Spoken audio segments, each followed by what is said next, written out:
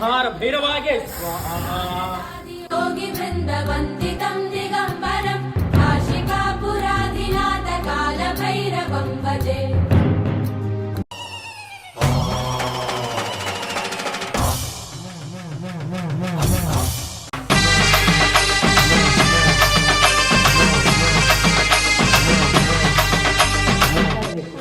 ಒಂದು ಆರೋಗ್ಯದ ಬಗ್ಗೆ, ಒಂದು ಕುಟುಂಬದ ಬಗ್ಗೆ, ಒಂದು ಹಣಕಾಸಿನ ವ್ಯವಹಾರದ ಬಗ್ಗೆ ಕೇಳ್ತಾ ಇದ್ದೀನಿ. ಆಸ್ಪತ್ರೆ ಒಳಗೆ ಸಮಸ್ಯೆ ಏನೂ ಇಲ್ಲ ಅಂತ ಬರ್ತೈತೆ, ಆದರೆ ನಿನಗೆ ಆರೋಗ್ಯದಲ್ಲಿ ದಿನ ಕಳೀತಾ ಸಮಸ್ಯೆ ಆಗ್ತಾಯಿದೆ.